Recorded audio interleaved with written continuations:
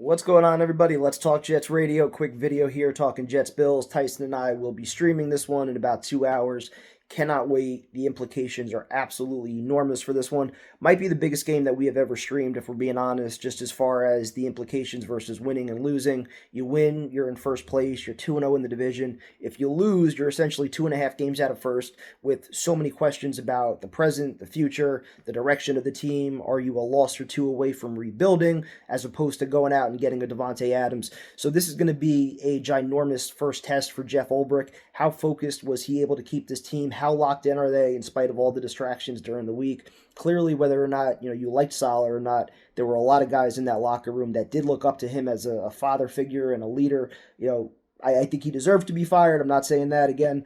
He kind of buried himself with so many things over the years, but there were also a lot of things that were beyond his control, especially on the offensive side of the ball. Coordinator, quarterback, backup quarterback last year, which was a Joe Douglas decision. So very interesting week. You wonder how the players took it. I think there was definitely a sense of shock, as was reported throughout the week, especially on the defensive side of the ball. But then making the change with Hackett 2 days later, I think that was the right move. I think that kind of set things straight, because you ultimately can't preach accountability if you're not making a change on the offensive side of the ball. So I'm glad they at least made the switch with play caller demoting Hackett there. But I do worry a little bit just about how focused this team was, how locked in they are, and what kind of team we're going to see in that first quarter.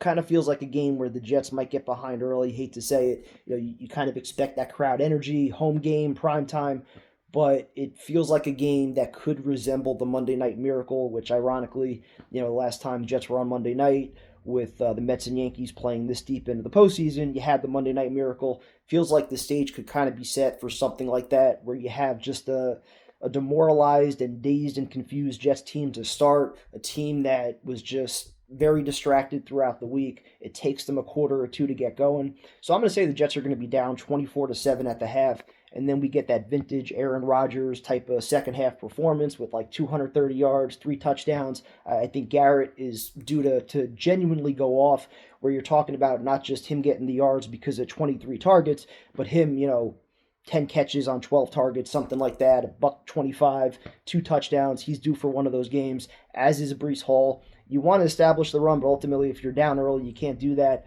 But hopefully he could get going, not just in the running game, but in the passing game as well.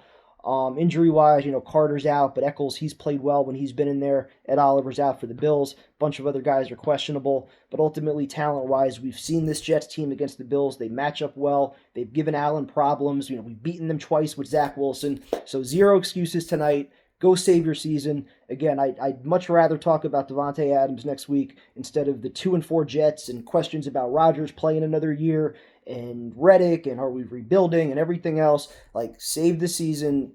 A loss tonight would be huge. A win would be enormous in a positive way. So, Ulbrich, I'm rooting for you. Go get it done.